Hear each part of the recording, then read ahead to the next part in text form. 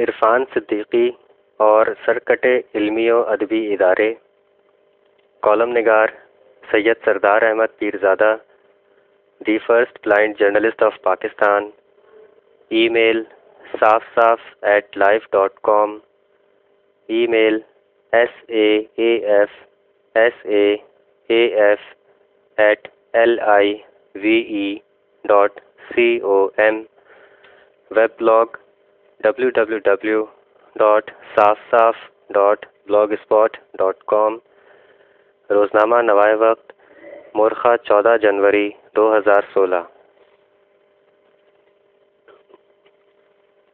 سمجھدار معاشرے والے اپنی تاریخ و زبان و ادب کو سنبھال کر رکھتے ہیں۔ وہ جانتے ہیں کہ یہ ماضی، حال اور مستقبل کو ملانے والا لنک ہے۔ ایسے لوگوں کے خیال میں ان کے ماضی یعنی آباء و اجداد سے موجودہ نسل یعنی حال غافل ہو جائے تو مستقبل یعنی نئی نسل بیگانہ ہو جاتی ہے۔ جن معاشروں کی تاریخ و زبان و ادب بہت بھرپور ہوتے ہیں وہ شاندار عمارت کی طرح خوبصورت اور باوقار لگتے ہیں، اسی لیے ان کے ہاں تاریخ و زبان و ادب کے خوب نخرے اٹھائے جاتے ہیں۔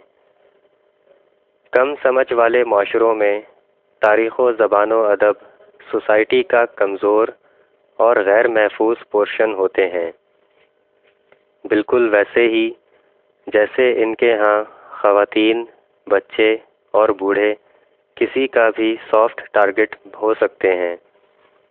ایسے معاشروں میں تاریخ و زبان و ادب کی اہمیت کو جانے بغیر ان کی ناقدری کی جاتی ہے، جس کے باعث یہ معاشرے عالیشان عمارت بننے کی بجائے اینٹوں، پتھروں اور بجری کا ڈھیر ہی نظر آتے ہیں۔ پاکستان میں 70 کی دہائی میں تاریخ و زبان و ادب کے لاڈ اٹھانے کے لیے مختلف ادارے بنائے گئے۔ ان میں نمایاں نام اکادمی ادبیات پاکستان، مقتدرہ قومی زبان، نیشنل بک فاؤنڈیشن اور PNCA وغیرہ کے تھے۔ نیا پن ہر ایک کو بھاتا ہے، خاص طور پر اس وقت جب حاکم وقت کسی ادارے پر توجہ دے رہا ہو تو حکومتی مشینری کے سب بابو اس ادارے پر وارے نیارے جاتے ہیں۔ اسی رسم کے تحت شروع میں مذکورہ علمی و ادبی اداروں کے بہت چاؤ کیے گئے، لیکن ان اداروں کے موجد حکمرانوں کے جانے کے بعد رفتہ رفتہ یہ کھنڈر بنتے گئے۔ عمارتیں، بجٹ اور ملازمین موجود رہے مگر مقصد جاتا رہا۔ خدمت کی بجائے سیاست کرنے والی سیاسی جماعتوں نے ان علمی و ادبی اداروں کو بھی سیاسی تحفوں کے طور پر استعمال کیا۔ یہاں کے سربراہان کی تقرری کے لیے علمی و ادبی قد دیکھنے کی بجائے اکثر سیاسی ہم خیالی یا خوشامد کا قد دیکھا جانے لگا۔ ان اداروں میں سیاسی گہمہ گہمی نے جہاں علمی و ادبی سرگرمیاں متاثر کیں، وہیں آکاس بیل کو بھی خوب پھلنے پھولنے کا موقع دیا۔ کسی بھی ادارے کے اصل باشندے وہ ہوتے ہیں جو اس ادارے کے اغراض و مقاصد کے لیے کام کر رہے ہوں۔ مثلاً ہسپتال کے اصل باشندے ڈاکٹر، جبکہ تعلیمی اداروں کے اصل باشندے استاد کہلاتے ہیں۔ اداروں کے ان اصل باشندوں کو سہولتیں فراہم کرنے کے لیے انتظامیہ کا شعبہ قائم کیا جاتا ہے، جس کی پیدائش کا واحد مقصد اس ادارے کے اصل باشندوں کو خدمات فراہم کرنا ہوتا ہے۔ مذکورہ علمی و ادبی اداروں میں انتظامیہ کے شعبے قائم کیے گئے، مگر اکثر سیاسی سربراہان نے اپنی کم علمی کو شعبہ انتظامیہ کی مضبوطی کے سائے میں چھپانے کی کوشش کی۔ سنا ہے کہ ان میں ایسے سربراہ بھی تھے جن کی تعلیمی ڈگریوں کا کوئی ریکارڈ موجود نہیں ہے۔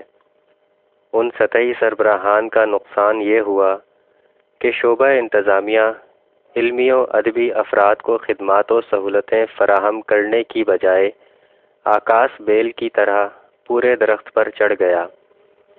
اس کے باعث علمی و ادبی اداروں کے اصل باشندے یعنی اسکالر شعبہ انتظامیہ کے معمولی کلرکوں کے بھی زیر دست آ گئے۔ یوں ان اداروں کے اصل باشندے دوسرے درجے کے شہری بن گئے۔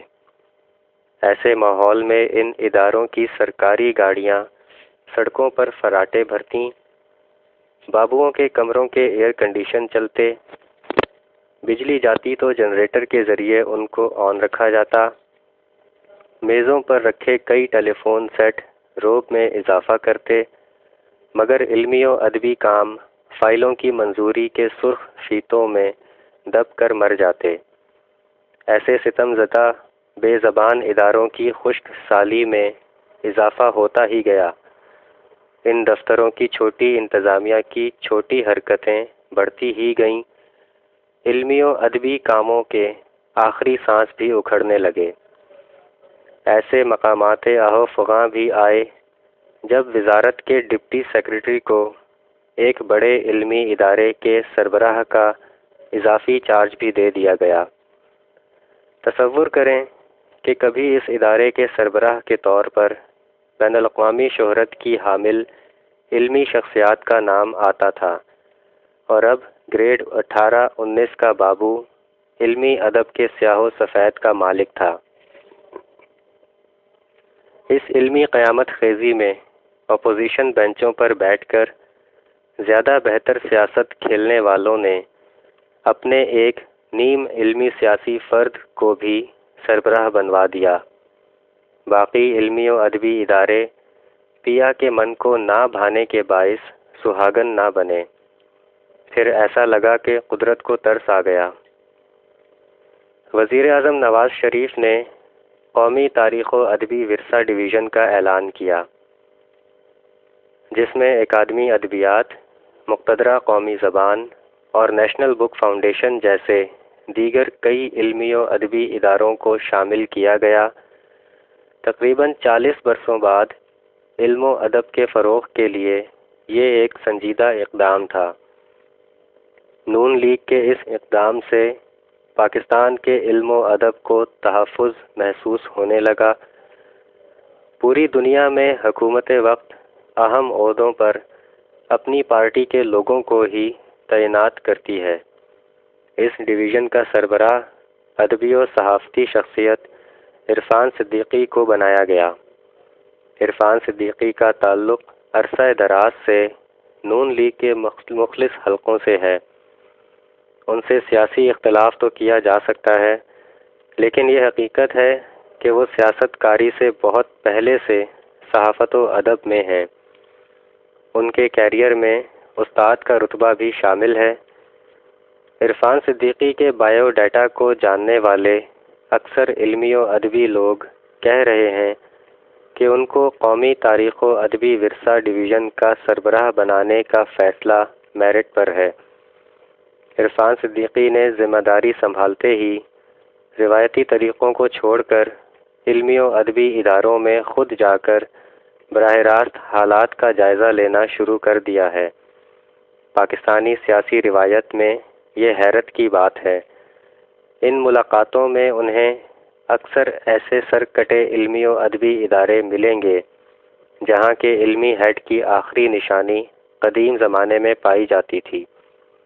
امید ہے کہ عرفان صدیقی باصلاحیت اور اصل علمی و ادبی شخصیات کو جلد ذمہ داریاں سونپیں گے تاکہ یہ سرکٹے علمی و ادبی ادارے پھر سے زندہ ہو جائیں۔